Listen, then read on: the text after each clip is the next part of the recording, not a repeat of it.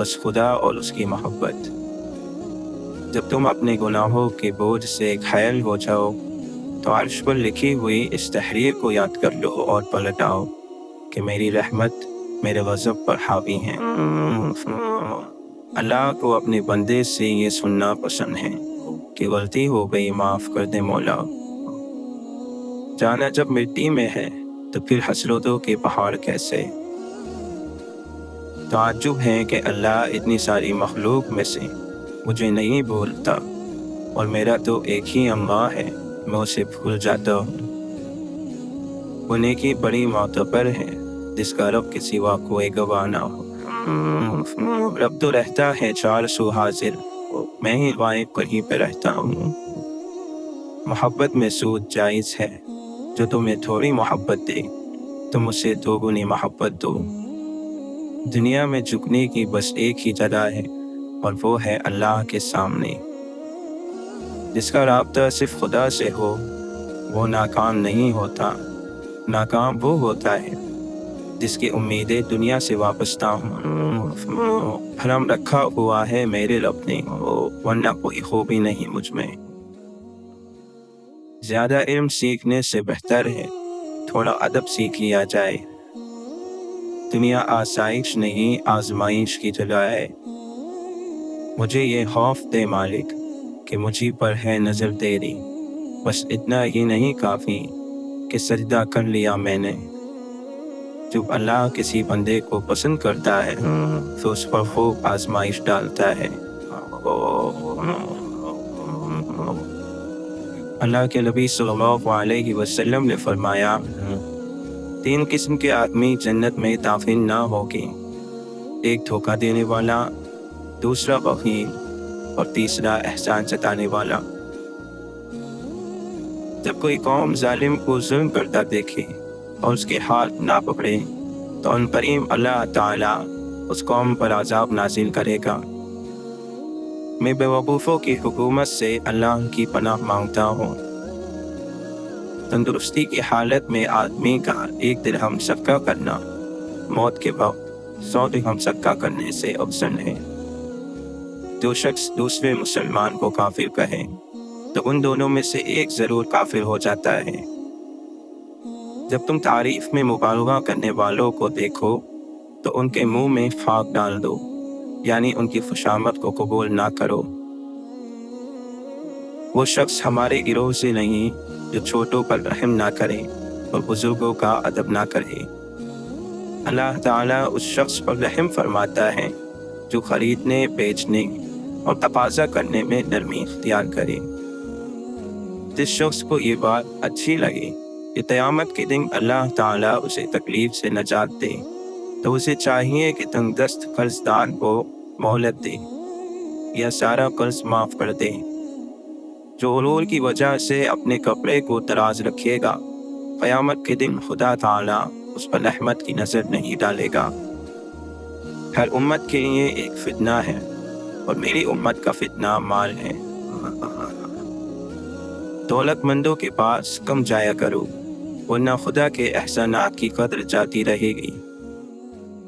وہ شخص بدترین انسانوں میں سب سے برا ہے جو لوگوں کی خطاؤں سے درگزر نہیں کرتا، معذرت کو قبول نہیں کرتا، اور کسی گناہگار کے گناہ معاف نہیں کرتا۔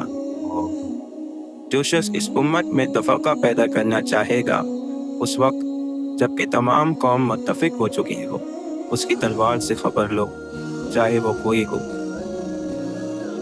آدمی کے لیے یہی گناہ کافی ہے کہ جن کی پرورش اور خبر گیری اس کے ذمے ہے، ان کی خبر گیری نہ کرے اور ان کو ضائع کر دے۔ کسی باپ نے اپنی اولاد کو نیک ادب سے اچھا کوئی تحفہ نہیں دیا۔ بدترین شخص وہ ہے جو 2 منہ رکھتا ہے، ایک منہ سے ایک کے پاس جاتا ہے اور دوسرے منہ سے دوسرے کے پاس جاتا ہے۔ جو گناہ سب سے زیادہ انسان کو جہنم کا مستحق بناتے ہیں وہ زبان اور شرمگاہ کے گناہ ہیں۔ جو شخص جھوٹی قسم کھائے وہ اپنا ٹھکانہ جہنم میں بنا لے۔ سب سے بدتر کھانا اس شادی کا ہے جس میں مالدار بلائے جائیں اور محتاج چھوڑ دیے جائیں۔ اور جو شخص بنا وجہ دعوت قبول نہ کرے اس نے خدا اور رسول صلی اللہ علیہ وسلم کی نافرمانی کی۔ حضرت سلیمان علیہ السلام فرماتے ہیں زیادہ کلام کرنے میں کچھ نہ کچھ گناہ ہوگا، مگر وہ جو اپنے لبوں کو روکے رہتا ہے بڑا عقل مند ہے۔ وہ چیز جس کے لیے عبادت بھی کام نہیں دیتی اس کا نام تکبر ہے۔ سمجھدار انسان پر ایک چھڑک بیوقوف پر لگائے گئے 100 کوڑوں سے زیادہ اثر کرتی ہے۔ عقل مند اپنی عقل مندی کو چھپاتا ہے، لیکن بیوقوف اپنی بیوقوفی کا اعلان کرتا ہے۔ اللہ کا راستہ سیدھے لوگوں کے لیے طاقت ہے اور بد کرداروں کے لیے ہلاکت۔ جھگڑا صرف معذوری سے پیدا ہوتا ہے، لیکن عقل ان کے ساتھ ہے جو مصلحت کو پسند کرتے ہیں۔ برے لوگ نیک لوگوں کی اور شریر راست بازوں کی اطاعت قبول نہیں کرتے۔ ہر ایک محنت میں فائدہ ہے، لیکن زبانی محنت سے مفلسی آتی ہے۔ نیکی اور انصاف اللہ کے نزدیک قربانی سے زیادہ پسندیدہ ہے۔ وہ شخص جو بیوقوف کے ہاتھ کوئی پیغام بھیجتا ہے وہ اپنے پاؤں خود کاٹتا ہے۔ سچا آدمی 7 مرتبہ بھی گرتا ہے اور اٹھتا ہے، لیکن شریر آدمی گر کر پڑا رہتا ہے۔ وہ شخص جو غریبوں پر ظلم کرتا ہے اپنے خالق کی حقارت کرتا ہے، اور جو مفلسوں پر رحم کرتا ہے وہ اپنے رب کی عزت کرتا ہے۔ نیکیاں قوم کو اعلیٰ بناتی ہیں، لیکن گناہ بے عزت کرتا ہے۔ اللہ تعالیٰ کا خوف عقل کی انتہا ہے۔ اللہ تعالیٰ کے خوف سے عمر میں اضافہ ہوتا ہے اور شر پسند کی عمر کم ہو جاتی ہے۔ اللہ تعالیٰ ان چیزوں سے کینہ رکھتا ہے: اونچی آنکھیں، چھوٹی زبان، وہ دل جو بڑے منصوبے بنائیں، وہ گواہ جو جھوٹ بولیں، وہ شخص جو بھائیوں کے درمیان جھگڑا پیدا کرے، وہ پاؤں جو جلدی برائی کی طرف دوڑے، اور وہ ہاتھ جو بے گناہ کو نقصان پہنچائے۔ بیوقوف کی اس کی طرح بیوقوفی کا جواب نہ دے، ایسا نہ ہو کہ تو بھی انہی کی طرح ہو جائے۔ کسی شخص کی بہترین مالیت یہ ہو سکتی ہے کہ وہ پورے طور پر تعلیم یافتہ ہو۔ شریر کی بدکاریاں اس کو پکڑ لیں گی اور وہ اپنے ہی گناہ کی رسیوں میں چپلا جائے گا۔ جھگڑے کے تیز ہونے سے پہلے اس کو چھوڑ دو۔ وہ جس کے دل میں برائی ہے بھلائی نہ پائے گا، اور جس کی زبان میں نکتہ چینی ہے وہ آفت میں ضرور پڑے گا۔ وہ جو مسکین پر ہنستا ہے گویا اس کے بنانے والے کی حقارت کرتا ہے۔ جاہل اپنے دل میں جو کچھ ہے ظاہر کرتا ہے، مگر عقل مند اسے آخر موقع تک چھپائے رکھتا ہے۔ اگر تو کسی کے ساتھ دوستی کا رشتہ قائم کرنا چاہے اس خیال سے کہ مصیبت کے وقت وہ تیرے کام آئے، تو پہلے اس کو غصے میں لا کر آزما۔ اگر غصے کی حالت میں اس کو انصاف والا پائے تو اس سے دوستی کر لیں، ورنہ اسے چھوڑ دیں۔ جس طرح دشمن احسان کے ساتھ دوست ہو جاتے ہیں، اسی طرح سے دوست سے دغا بازی کی جائے تو وہ دشمن بن جاتا ہے۔ نیکی کرو اور مخلوق کو نیکی کا طریقہ سکھاؤ، اور بدی سے دور رہو اور مخلوق کو بھی اس سے دور رکھنے کی کوشش کرو۔ بری اور شریر عورتوں سے خدا تعالیٰ کی پناہ میں رہو، اور نیک عورتوں سے بھی پرہیز رکھ کہ ان کی طرف میلان کا نتیجہ صرف برائی ہی برائی ہے۔ جس بات کا تو علم نہیں رکھتا منہ سے مت کر، اور جو جانتا ہے اس کو ضرورت مند کو بتانے سے گریز نہ کر۔ اگر بات کرنا چاندی ہے تو چپ رہنا سونا ہے۔ غصے میں ہاتھ کی اور دسترخوان پر پیٹ کی حفاظت کرو۔ اگر تو کوئی کام کسی کے سپرد کرے تو عقل مند کے سپرد کر۔